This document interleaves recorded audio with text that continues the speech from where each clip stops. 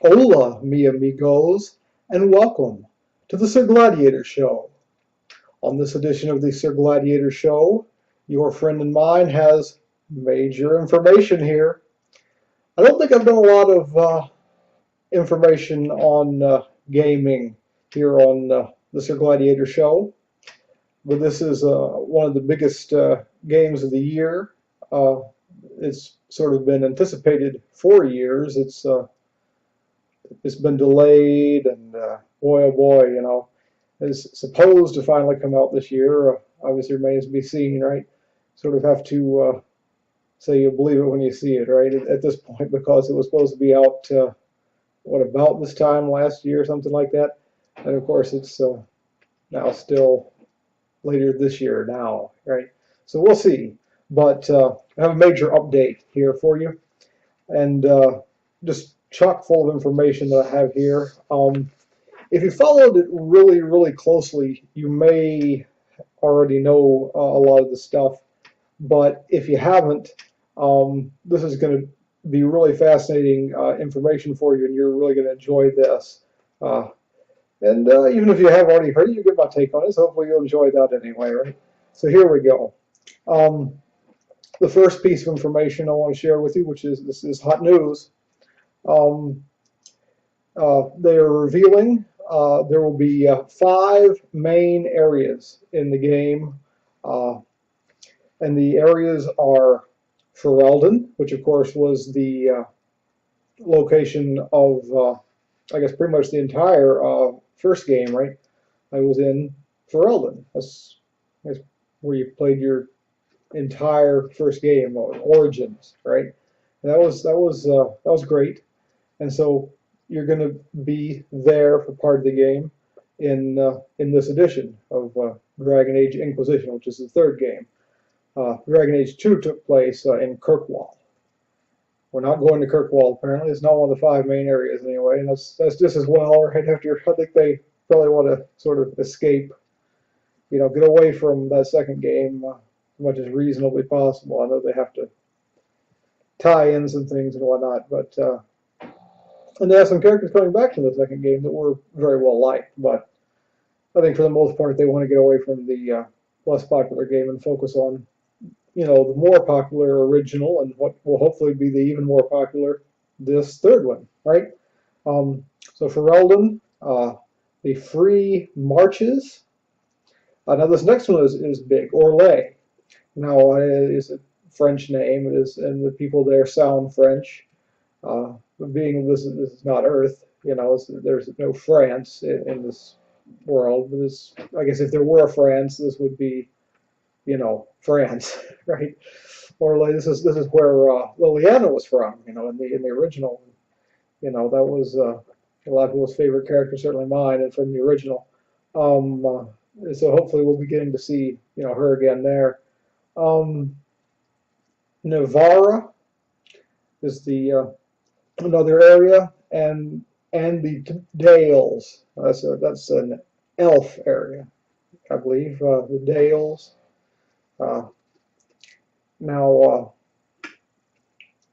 they mentioned that in Orlais you'll be able to see a war-torn area in Orlais. I don't know if that's the only area in Orlais. I would doubt that it would be the only area. One part of Orlais you will get to see is what is described as a war-torn region. It could be the area, although I think people thought that was Ferelden. The thing in that little video clip, I wonder if it's, because that was certainly a war-torn region after they got done with it, wasn't it? That little video thing that they did some months back, where they showed your character, the main character, sort of running around and fighting some of the bad guys, and they were defending their keep. Remember that was a very nice video. It was fun to watch, and that got to be a pretty war-torn area. But it could be a different area they're talking about. I don't know. Another area that they mentioned specifically is an elven burial ground, which is called the Emerald Graves. And now the reason that it's called the Emerald Graves, apparently is because they planted a tree for every one of their soldiers killed, the elves did, in their war with the humans, that they of course lost. Of course, I guess trees, green, emerald, graves, because they were planted for the remembrance of their dead. The sort of sad and depressing connotation there, but the name sounds cool, but has such a sad, negative, meaning to it, behind it. So that's unfortunate, right? But I guess you focus on the positive, right? Another piece of information here I have for you is that something you probably already know, that their enemy levels do not scale to your character, which, like in a lot of games, they do. It's like if your character is, level 5 or 10 or 20, whatever their level is, and you go into an area, you at least have a chance of beating the opponents because they're going to be around your area. If you can reach the area, you can beat the enemies in it.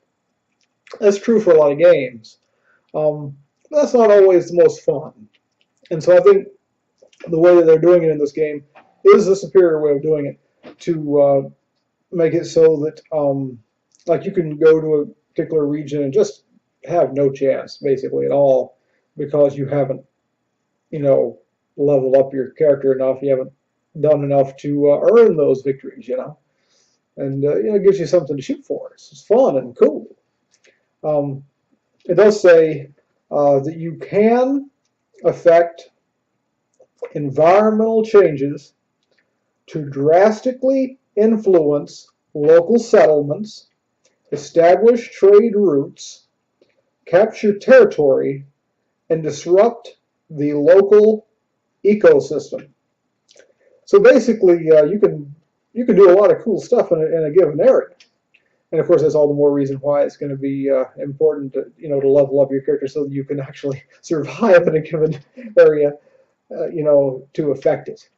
I should point out that the information that I have here is from the official Xbox magazine. It hasn't come out yet. It has come out in some parts of the world, not here yet. It has come out in some parts of the world, and so the information I'm getting is from that.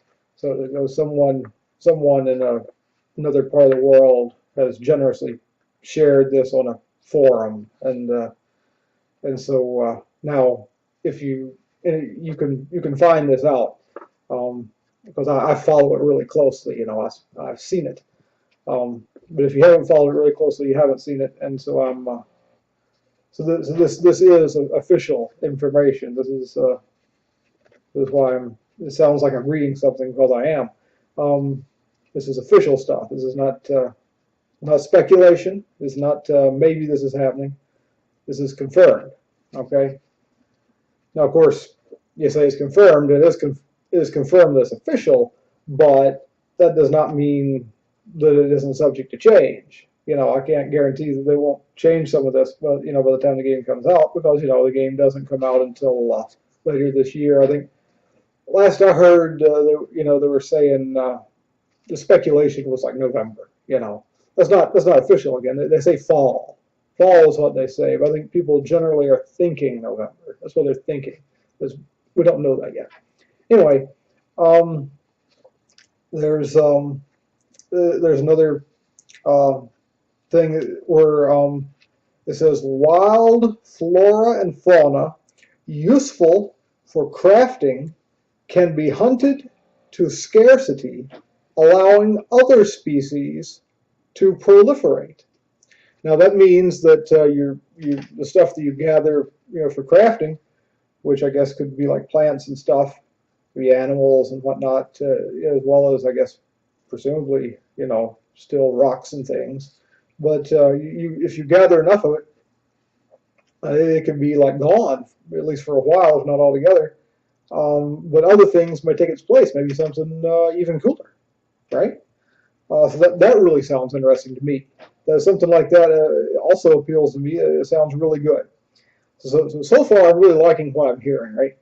And they also say defeating intelligent enemies like bandits or dragons will have a significant effect on a given region. Again, this all goes to it, doesn't it? And it's all very cool. I really like this news.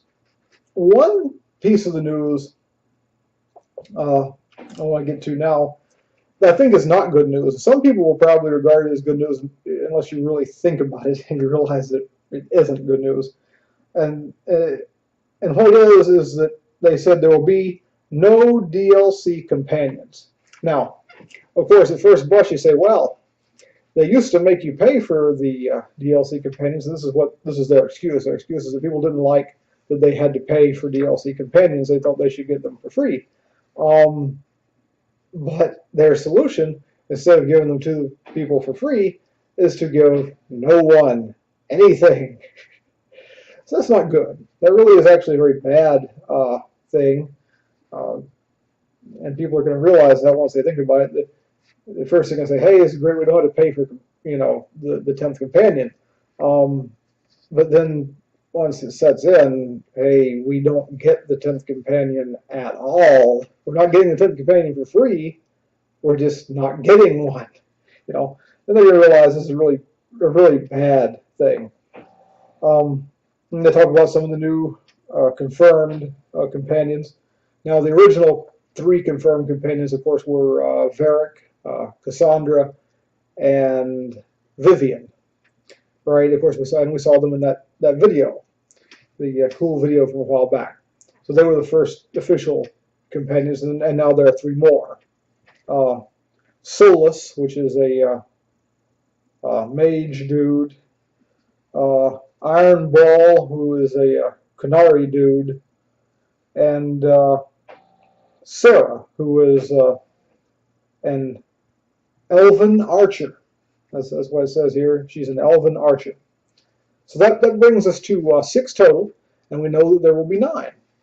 So that means that there's 3 left, and of course you can speculate as to who the other 3 might be. Probably Cullen will be one of them. Whoever else they might be, you can speculate. And I don't really know if you were speculating who they would say that it would be. So a good guess is that Cullen is one, because a lot of people want Cullen in the game, and I think he probably will be. And as for who the other ones are, just have to wait and see. Maybe Liliana, hopefully, this is a nice thought, right? I know that they said that Morgan was not going to be a teammate, but they said that they wouldn't say whether or not Liliana was going to be a teammate. So they didn't say she wasn't going to be, like they did with Morgan. These are both, of course, characters from the original game, the #1 game. Not, they were, Liliana was made little brief appearances in the second game. For the most part, wasn't in it. And Morgan was nowhere to be seen in the second one, which was absurd, really. But there it was. There was a lot wrong with the second game, right? That was just one of the many, many things that could have been improved, in the second game. So those are the 3 newest confirmed characters. So again, there's 3 yet to be revealed. And if you're just speculating, you say Cullen and Liliana and somebody else. But that's just speculation. Could be none of them. Anyways, they had a new description for the dialogue wheel, and basically they said, we have 3 wheels that we use in response to any given piece of dialogue. And what they called them were the tone wheel, the choice wheel, and the reaction wheel. I really don't understand, and I guess I really won't understand until I see it in action. What exactly does that mean? I don't get it. So it sounds like it could be really interesting, or it could not be. You just got to see it in action and make a determination. But here's a major piece of news. They revealed the number of voices that they are providing in the game. Because of course you have four different types of characters. You have the human characters, the elf characters, the dwarves, and the Qunari, right? So you have four types of characters. And then of course you have male and female. So you could have 8 voices. Or you could just have 2. One male, one female, just have, represent all of them. Well, what they did was something in between. They've provided 4 voices total, 2 male and 2 female, and basically I guess they're letting you choose between either of them for any character, regardless of which character, human or dwarf or whatever, you pick. You'll have the same 2 voices to choose from. And they did say it's also possible that they will use a computerized voice tone thingy so that you can, so that it'll sound a little different as you like it, like they do in certain other games. But so there's going to be more than just the 2 voices, not as many as the 8. There is a sort of a compromise there, and I think that that is fine. I would have been fine with just the 2, to be honest. So the fact that you've got more than just the 2 is a bonus from my perspective. I know that others may have had their hearts set on 8 and maybe a little disappointed only getting 4, but to me it's a pretty good deal. That's obviously something you're going to have to decide for yourself. It's more of a personal taste sort of thing rather than this is great, this is not great, this is bad, whatever. It's a personal taste, and for me, it's a good thing.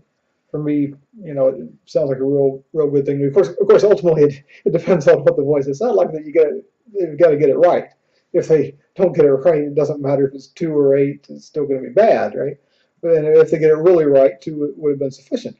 But 4 gives them an opportunity to get it really right, but it also gives them a chance to make a bit of a mistake and still do very well, because really you only need 1 to be really good, right?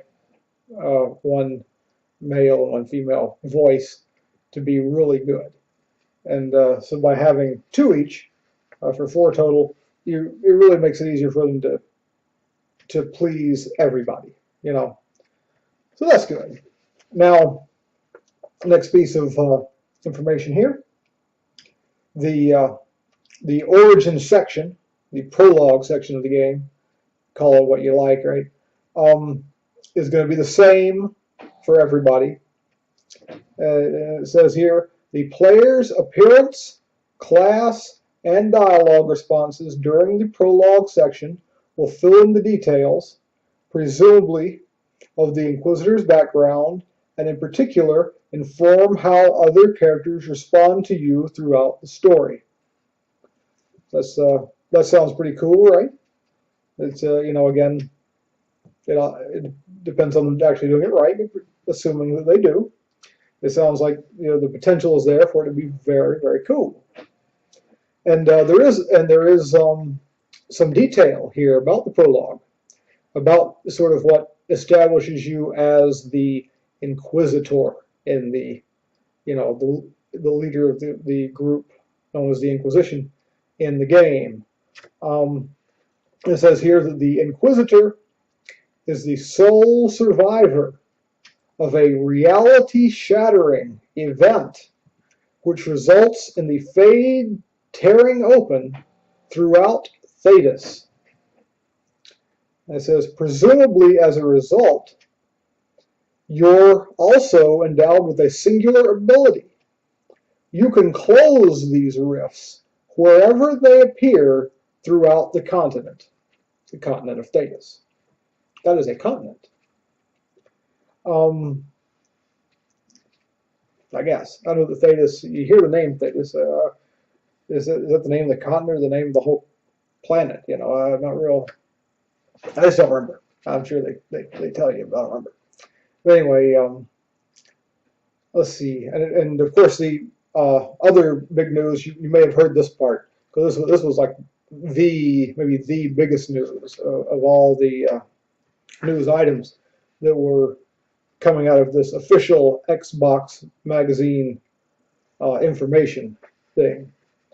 And it is about the endings and the statement by BioWare, which is the company that makes the game.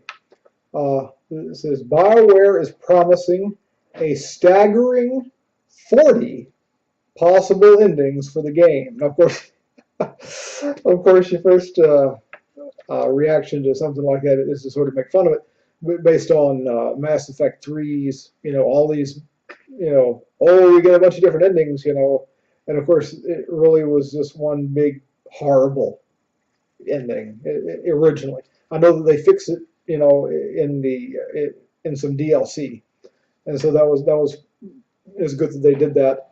They pretty much had to do that because the fan outcry was extreme because of how terrible the ending was.